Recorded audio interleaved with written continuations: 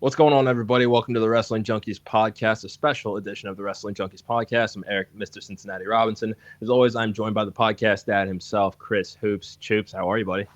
I'm fantastic. We're here to talk with another wrestler, and I'm so excited. Let's get to it. Yeah, absolutely. This guy has performed for Northwest Pro Wrestling. He is the reigning and defending WWN Full Impact Pro World Wrestling Champion. He will be taking this title across the pond to Wrestle Carnival at the end of this month with the likes of Jonathan Gresham and Jordan Oliver. He is a wrestler. He is a podcaster. He is a content creation king. He is real. He is raw. He is August Artois. August, how are you, my friend? Thank you so much for joining us. Damn, dude, it was such a perfect, that was the best introduction I've ever had doing a podcast until you fucked up and said August. Yeah. That's on you. That's not on me. That is on me. That's on you. That is on me. I apologize. It's got to be because you're a Cincinnati fan. Oh, yeah, well, man, the barbs are already starting. You shouldn't have told me that you were a Browns fan, man.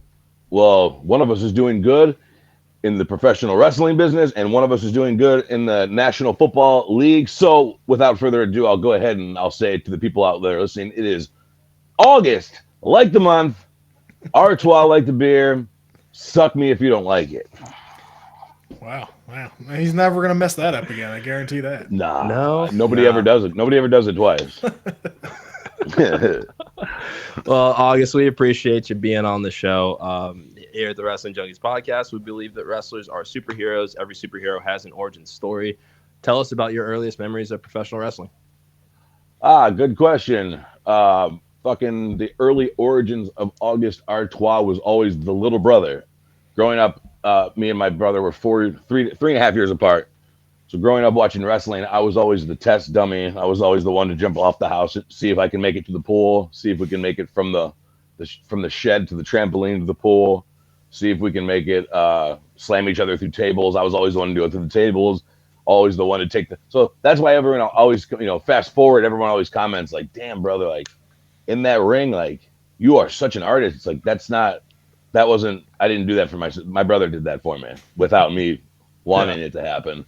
But the origin stories of my father used to take my brother to the shows and say that I was too young to go because he's a fucking liar. Once I did start going into the shows, I didn't give a shit about really the show. I was more concerned about getting like popcorn and stuff like that. I really didn't care about wrestling when I was a kid. Then when I got to the age of caring, it was like Triple H, Shawn Michaels right off the bat, but Triple H and Road Dogg and Billy Gunn and the NWO era, but I never watched WCW. It was just that typical love for wrestling. Like we'd be in the back slamming together Mountain Dews and drinking them and shit. And never in my life did I think I would pursue being a professional wrestler, but here I am holding a fucking title that a lot of guys that are in this business grew up admiring, and I could give two shits about it. Yeah. And 2 titles, by the way, not just one. 2 titles. Give love to the other title. I got one. I got one title and one prop. Let's see. Yeah, let's see him. Show them off. Look at that. Nice. I just shined this one up. Yeah, I mean, this one weighs like 12 pounds. This one weighs like 6. This is the one, though. This is the one that Seth Rollins had. This is the one that John Moxley had. This is the one that Austin Theory just recently had. Like, this is the title. This motherfucker's got a lot of history with it. That's awesome. What's the other one that you had there? Wait, sorry. That's the STF Heavyweight Championship. I will be defending that actually against Austin Aries, February 25th, I believe it is, 24th or 25th. I'm in Colorado and I'm in Utah, but as if fucking Austin Aries doesn't have enough fucking titles, he wants to come take this one from me. Like, you're a fucking vegan dick fuck. Yeah, I don't think he needs another one. I'll punch him right in his fucking mouth. Well, that's on him. That's not on me. I'm the best Austin Aries. I'm August Artois. I'm the best goddamn AA out there. You hear that, Eric? August, like the month. Like the I month. did hear that. It's okay, buddy. So you talk about, you and your brother kind of wrestling around in the backyard, jumping off the roof and all that good stuff. How did your favorites in the ring, after you kind of started caring about it, how did they influence your wrestling style? Shawn Michaels. He did drugs and he drank alcohol, so did I. So that's period. That's how I figured out who I was in life by doing drugs and drinking alcohol. I don't do them anymore. Well, I used to do drugs. I still do, but I used to too. But no, I'm kidding. There's Shawn Michaels was just like I watch him now and I see like the thing like as an adult and as like a worker, I see things now watching Shawn Michaels where I'm like, like damn brother. What the fuck is going on? But like, dude, he is one of the greatest professional wrestlers in this business. And when people pull me aside and like, I know a lot of guys are like, in this business, you got to be unique. You got to be one of a kind. It's far past that these days. You got to have something of this, something of that. And when people pull me aside and they're like, damn, dude, it's like watching Shawn Michaels out there. I'm like, I'll take that. Thank you very much for the compliment. Yeah, Fucking A, it is, dude. That's amazing. That was my hero growing up, dude. Even when he was an asshole, like even when I figured out like he was on Vicodins and drunk, he's still so fucking cool. Right? Yeah. I mean, it was just because he could do anything and everything, no matter what his behavior was. It was just people still wanted to work with him because they were going to get a great match out of him regardless. So, I mean, he's. I tell people that all the time. Like, you might fucking not like me until your name's across from mine on the match graphic. Then you're gonna fucking love me.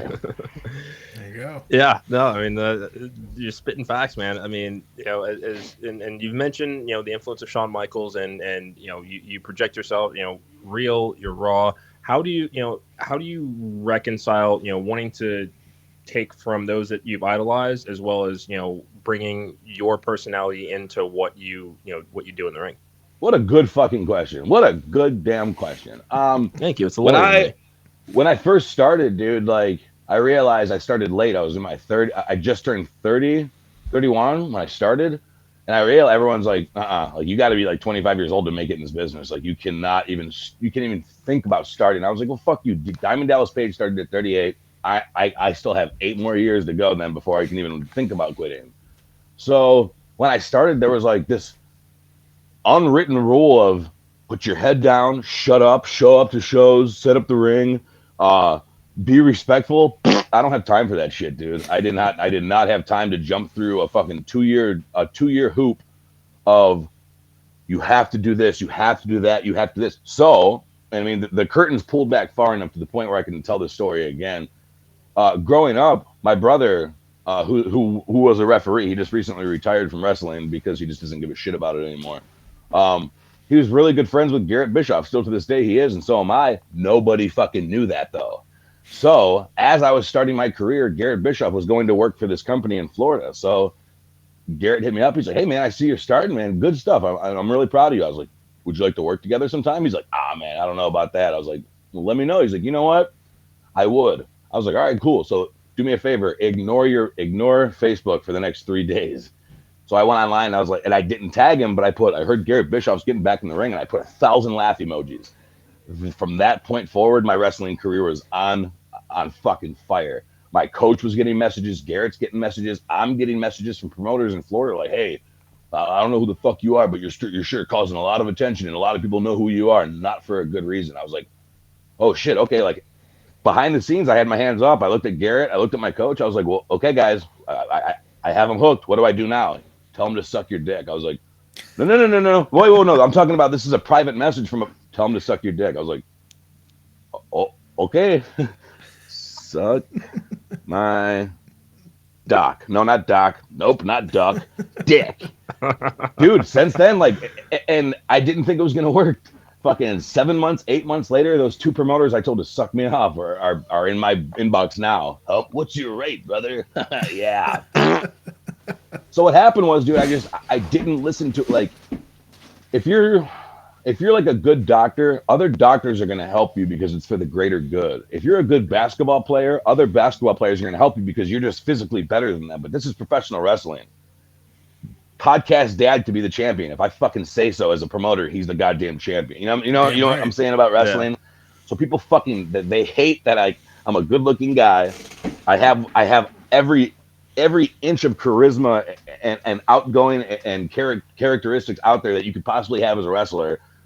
I've done it on my own. My dad's not a wrestler. I'm not a second generation. I have 0 friends in this business. I came down here and nobody knew who I was. And that's kind of what I did.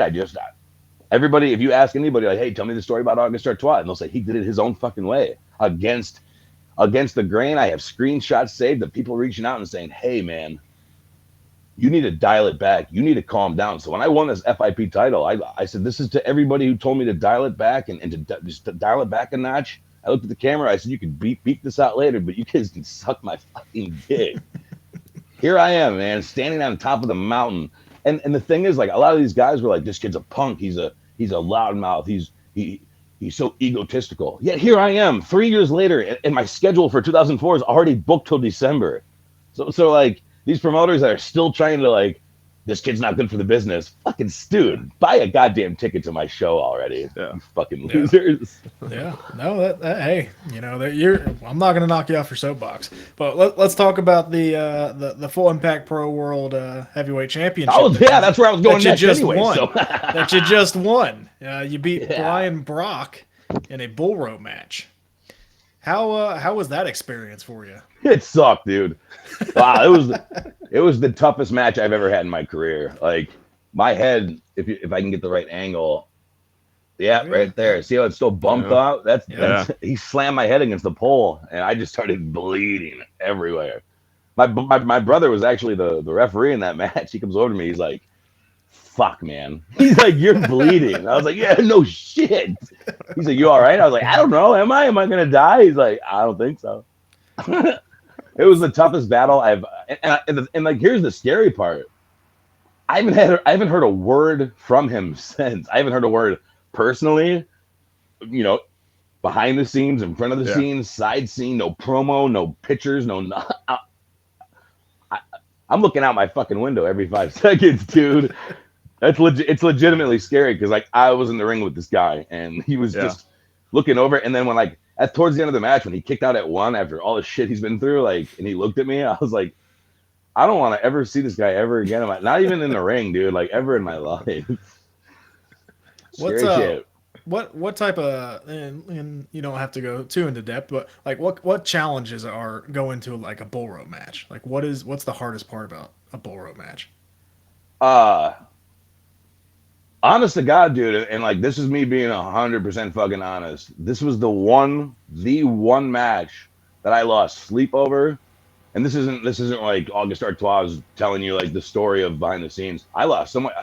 I kept seeing these matches and how devastating they were, and I kept reaching out to like guys in the business, and I'm like, any advice? They're like, Savio Vega. Me and Savio Vega had a 2-hour conversation.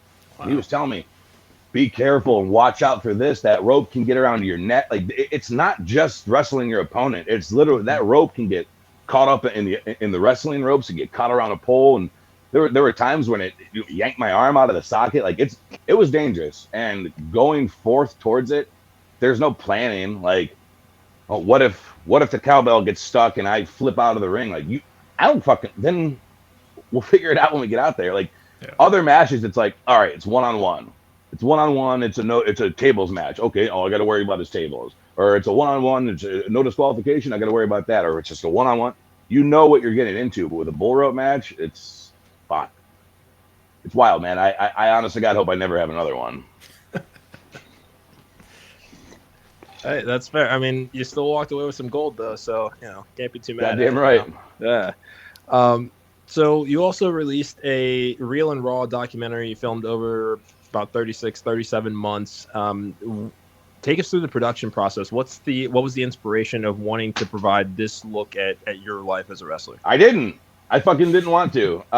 We filmed. Well, let me correct you real quick. It's not out yet. He's editing it now, but it was the last like 7 months from right now. It's been the last like 7 months of my 37-month career. Yeah, but it's covered Just Wrestling 3, which is a not a company that I started.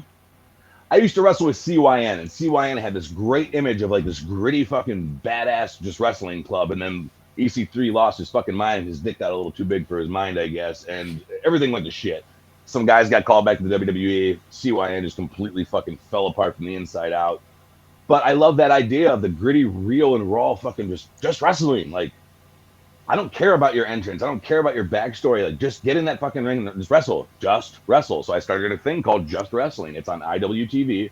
It's on YouTube as well. There's 5 seasons out right now. 5 seasons, and probably I think the first season's 5 episodes in the first season. Then like towards the end, we got each episode's one person. But so we started filming for Just Wrestling 3, Just Wrestling 4, FIP against Karam. That led me to the match for the championship. And then when I originally had my shot for the title, it was me versus Lucky Ali, who just got signed to WWE for the title. And right before that match, I got jumped by 7 guys. And I went out and I stopped my title chase, and I went out and picked out all 7 guys, took them all the fuck out. Then I went back and got the championship title. So that's the documentary itself. It's like, we were at Just Wrestling, and I thought, all right, guys, like I already paid for the venue. We got the cameras and everything. Like, what else can we do? And they're like, let's make a documentary about you. I was like, all right, guys, everyone's going to think that was my fucking idea. So what do you guys want to do? As a camera crew, as video guys, what do you want to? We want to do an August Artois documentary. All right, dick fucks, we're doing an August Artois documentary. And like, I don't think that I'm a big enough deal for people to, tune in and care. But dude, like, now I realize whenever like you tell people that you really look up to, that like, hey man, like you're doing a great job, and they're like, you really think so? They're not being humble and what's the word? I don't fucking know the word. Not trying to blow smoke up your ass. Yeah, but like they don't even realize it. I don't realize. I've got messages from people, and I'm like, oh, they're probably my friend on Facebook, and I'll go, it's just add friend. It's like, you're a huge inspiration. I've been watching your shit for the last like year and a half. I'm like, oh man, that's pretty cool. That's pretty fucking cool. And not only that, dude, but like, I have people that they know me as August Artois. They know me as a bad fucking guy wrestler. That's an asshole. But they'll reach out to me as that asshole guy, and they'll be like, man, your whole outlook on being real and raw. It's not being a fucking asshole. It's sticking up for your fucking self. It's standing up to somebody. It's voicing your opinion, protecting the guy that can't speak up for himself, the guy in the wheelchair that can't protect himself. At the same time, I'll also wheel the guy in the wheelchair into traffic, but I'll stick up for him too.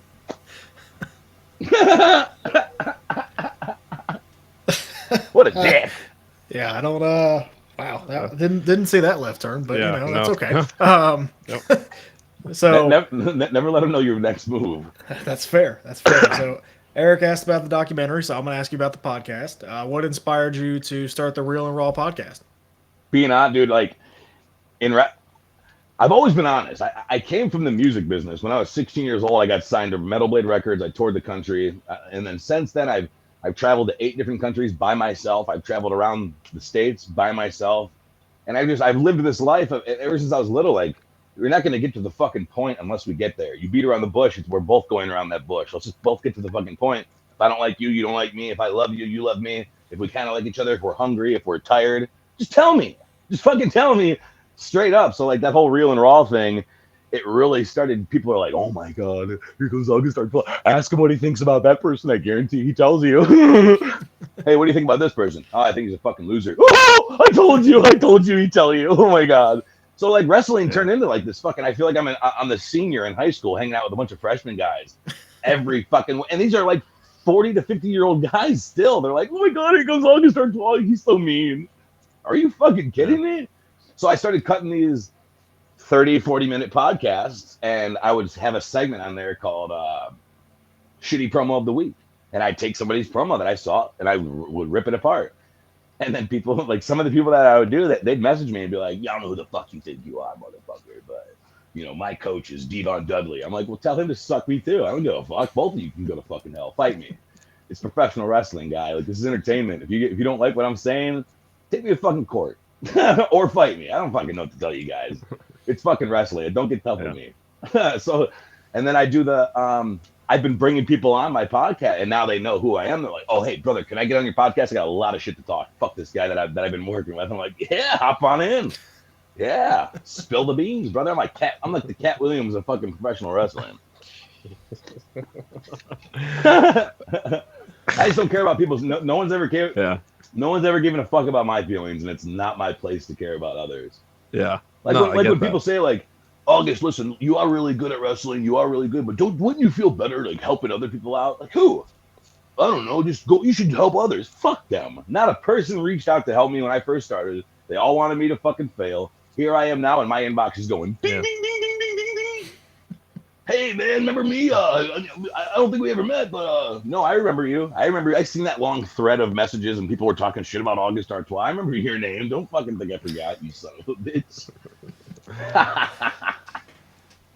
What would you say are some of the pros and cons to hosting a wrestling podcast as an active pro wrestler? Pros?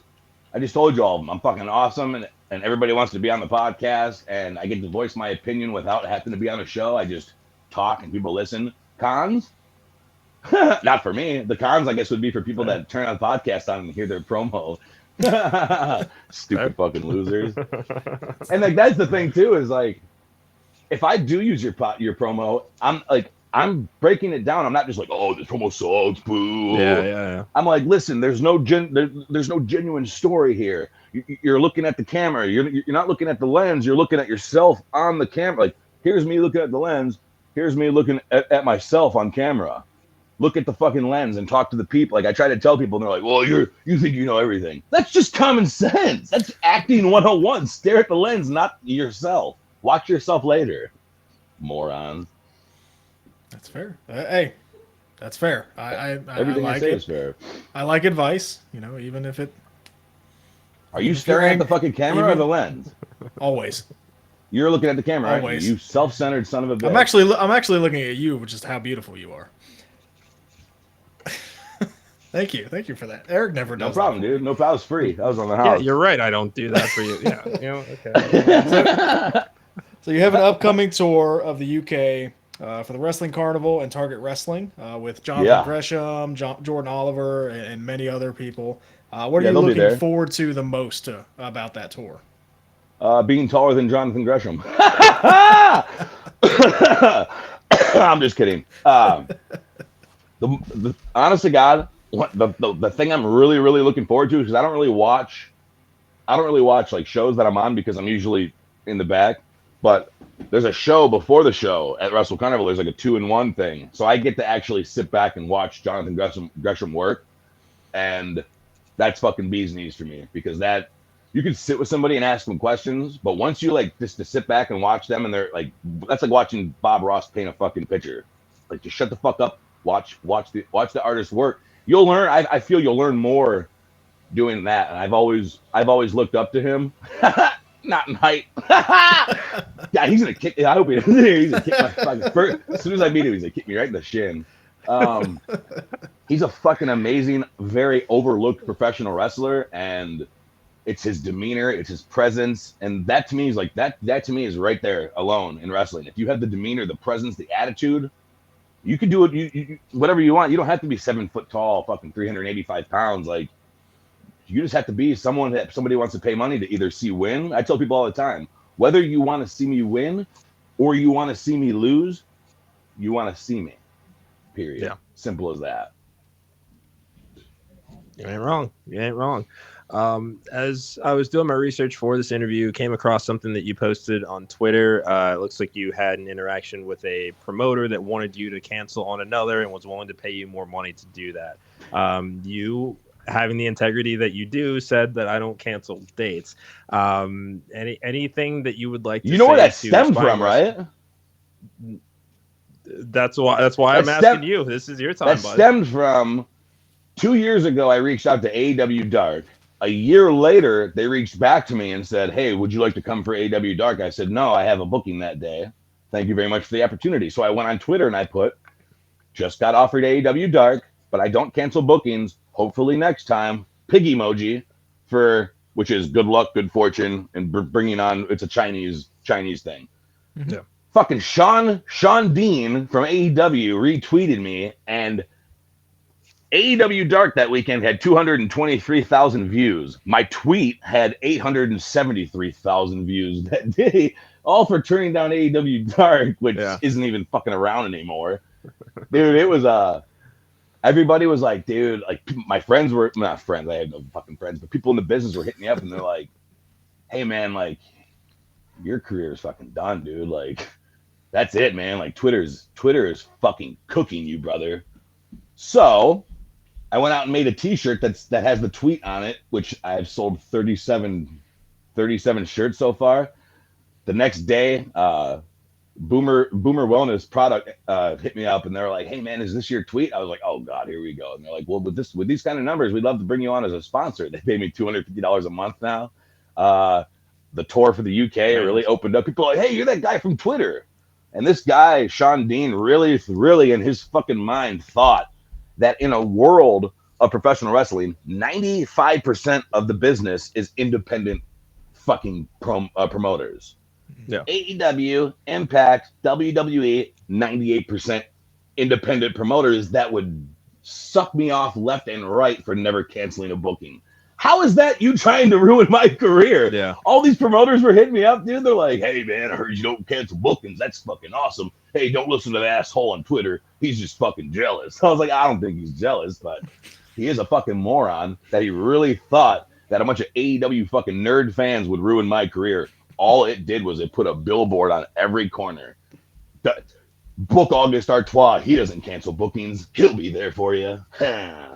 And like I said, my bookings right now, today got booked in Alaska in December because that's the only dates I have open now. Or I have 2 dates in March and now 1 in December.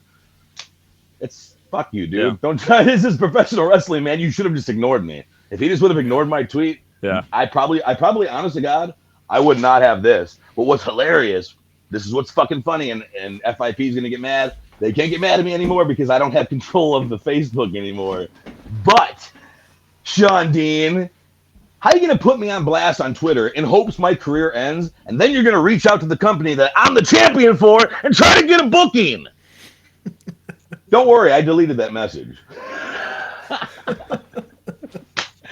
Well, you still get to deliver it on this show, so you know. What goes around comes back around. And I'll never, dude. I was confronted by it because I said this on another podcast, and someone from WWN was like, "Did you really do that?" I was like, "You goddamn right I did." And I'll say it on here. I'll say it everywhere else, dude. Don't fuck people over. Don't do that in this business, man. I messaged him right after, and I said, "Hey, bud, what the fuck's the deal?" He goes, "I ain't got no heat." I said, "Well, neither do I." But what you're doing is you're trying to project now a million people to hate me. Yeah. Half the people are reaching out to me and saying, "Hey, man, there was nothing wrong with the tweet." And then the people that you advise to hate me are like, "No, he shouldn't have said anything. He's an asshole. Fuck that guy. I hope he dies." I was getting messages like, "Dude, you should fucking kill yourself. You should call your mom and have her kill you for you because she's the one that gave birth to you." I was like, "What the fuck?" Yeah. So people were messaging me. They're like, "Hey, man, if you need somebody to talk to, man, I'm seeing some of these tweets." I was like, "Talk? This is awesome. This is professional wrestling. How much over could I be? I got 800 Hold on, let me go get the goddamn t-shirt. 873,000 fucking here it is right here. How cool. I think this is Here's the tweet. There you go. What is that number at the bottom there?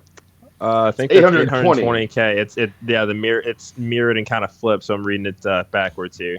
But yeah, it looks like 820K. Yeah, 820,000 impressions, 43,505 engagements, 16,852 detail expands, which I don't even know what the fuck that means. Yeah. All it said is, "Just got offered AEW Dark. Had to turn it down though. I don't cancel bookings. Maybe next time." And they were like, "Bro, that's ignorant." What? I was just telling my fans. He's like, "Why'd you have to tell anybody in the first place?" I was like, "Why do people tell anybody that they're booked?" To let people know that they're getting opportunities. So I wanted everybody to know, hey guys, I got offered this great opportunity, but I can't do it. I can't, but I hope to God next time I can. You're a piece of shit. What? What did I do? What the fuck? And then people were like, the pig emoji.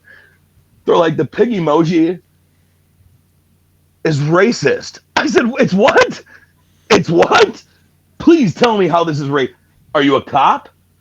That's the only way I can think it would be negative towards somebody. I was like, pig, good luck, good fortune. Ask go to Chinatown and fucking look for pigs. Yeah. They're good fortune, you fucking losers.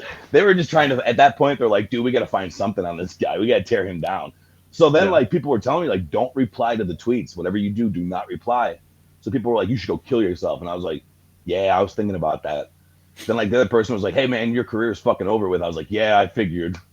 People were like, and then so another podcast read they're like, this guy doesn't miss. Like, this guy, you'd think anybody else would be hanging from a tree after this. Like, I can't live anymore. Not me. I fucking took that shit and ran with it.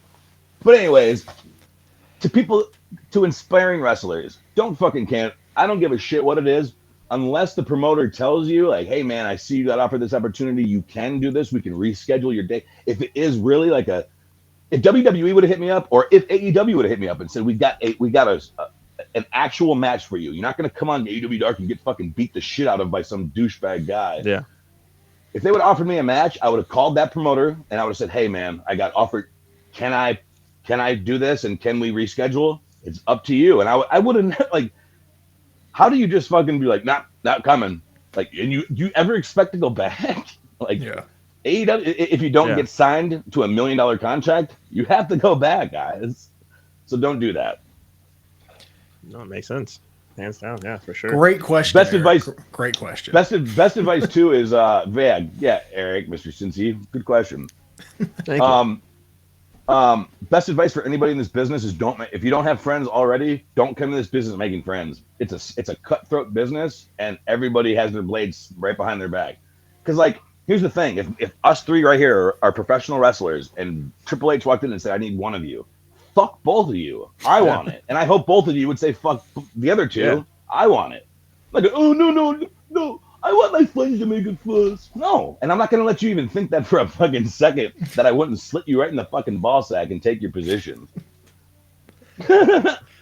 I'm fucking wild. I don't know how I'm going to transition, but I'm going to try. I'm going to try to do this.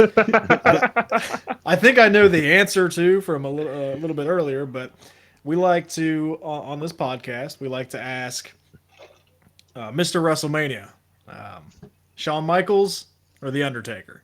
Oh, Shawn Michaels, but they're both. There's a but. I mean, they're both huge. What? He was celebrating because he's on Shawn's side. I'm on Taker's side. Yes. Well, it's Shawn hands down. If you hear the name Mr. WrestleMania, that's who you think of, not the Undertaker. Yeah, because he lost the streak, dude. It's over. I mean, record? they're both these huge entities in wrestling. Like, you've got the fucking showstopper, the heartthrob, the fucking main event, the high flying come down from the ceiling. So does Undertaker. He comes down from the ceiling too, but he's a whole he could just, crowd goes fucking crazy. Shawn Michaels can't do that though. So if you're gonna like pick and choose, and it's a very good what's that thing called, the diagram with the things in the middle, and the Venn diagram. Venn diagram. Points for you. If you like did one of those, it'd be a very fun thing to do. That'd probably be a whole podcast worth doing, is comparing the two. But if I have to pick, if you ask any big man wrestler, they're gonna be like Taker, because I look up to him more. So I looked up to Shawn more. He fit more of my style. So you know. All right. I know. Go ahead, Eric. What's the last question? We are coming to a close here on our interview. August, we appreciate. Okay, well, did you guys pay me yet? Or? I'll own that. Well, you should have negotiated that first, and then we probably would have. Well, never mind. There it is. All right, cool. Yeah, they just went through. We're good. Wait, hold on. You guys are short $1.65. Delete this. You should have. All right, I guess I gotta go. Yeah, you're talking to a lawyer. If you guys want my merch, check this out. If you guys want my merch, maybe you can put a link up at the bottom here. Maybe. Oh, we will do Unforgettable that. Vision, all together. Unforgettablevision.com. It comes from the UK, but it gets here within the same time it would get here from fucking California or Texas or Maine. Very good quality. That's actually where these come from. The quality is very good. Very good t-shirts there. I just made a new t-shirt. Well, it was my idea, but my guy made it for me. Wayne Dennison Designs in the UK. Shout out! See you soon, my brother. We actually took a shirt, my original August Artois shirt, with the title. So when you put the t-shirt on, the title's around your fucking waist, and when you go to the back, the straps are around the back too. Tell me that isn't the coolest fucking thing ever in the whole world. That's pretty cool. Yeah, I know. I just told you it was. I'm agreeing with you. That's. What else can you do? Just Wrestling. Go to YouTube. It's free on YouTube. You have to subscribe to IWTV. Don't do that. Just go to YouTube. You can watch all the Just Wrestling. It's Just Wrestling. JUST Wrestling. There's 5 seasons on there. August Artois on YouTube. I don't do TikTok because I'm a fucking adult and I have pubic hair on my nuts. What else? I think that's it. UK tour coming up. February's booked. You can catch me in Washington, Maine, Georgia, Ohio. I just got booked now in Detroit, Alaska, and what's the other fucking state I'm going to? West Virginia. Yeah, West Virginia. Hey, Shawn Michaels is on TV right now. That's crazy. Hey, Shawn, talking about you, bud. Never mind, he's busy. So anyways, check me out. Sometimes I'm naked, but never on camera. So if you're lucky, good for you. Oh, this podcast is sponsored by Milk. Whole milk. If you drink 2%, you're a pussy. That's what I feed my kids. So good to know. Good to know. Whole milk crew. Yeah, dude. Everyone's like, oh, what do you do? What do you do in the gym, man? I was like, I jerk off a lot and I drink a lot of milk. That's it, period. And then I got to carry these fucking things around. I can't think of a better way to end it. I was gonna say I got nothing. I think that speaks for itself. August, thank you very much for joining us. It was an absolute fucking pleasure. What's this fucking name again? The Junkies Podcast. So I'll give you guys a little thing real quick then. You're tuned in live to the Wrestling Junkies Podcast. That was good. That was really good. I know it was. Don't fucking tell me things I know. That was good. I know it was. God damn it. You have to pay your royalties. Hey, right, don't gentlemen. go saying that. Don't go saying what? Don't Nothing. go saying royalties. Nothing. Yeah. No. That's not how this. You guys already owe me for the. Can't take you We're past. anywhere. We're past our agreed time now, and now it's like $25 a minute. Ooh, Well, I end think this. we said 7 to 8. That's what the calendar invite said. It's 7:45, and we're wrapping up with time to spare. I think if anything, we dude. should prorate this interview. I owe you guys hold on. Let me see what I got here. oh man. All right, let me get 10 more minutes. No, it's been real and raw. Usually I fucking hate podcasts because the guys that interview just suck. They don't do their fucking research. I'll be honest, like I'd say, I'll just give a random number because I don't know the number. Out of 20 podcasts, 18 of them fucking suck. So you guys are in the fucking top percentage. So if any wrestlers are listening, reach out to these guys. Actually, you know what? Don't reach out. They'll reach out to you. If you're interesting, they'll come find you. But they do the research. This is a great fucking interview. I didn't have to do anything. I said to sit here and look pretty. Thanks, guys. Hey. Well, No, thank you for joining. Yeah, no, absolutely. For the Real and Raw, August Artois, I got it right this time. For the podcast, Dad, I am Mr. Cincinnati. Thank you so much for tuning into this special edition of the Wrestling Junkies Podcast, and we'll talk to you guys soon.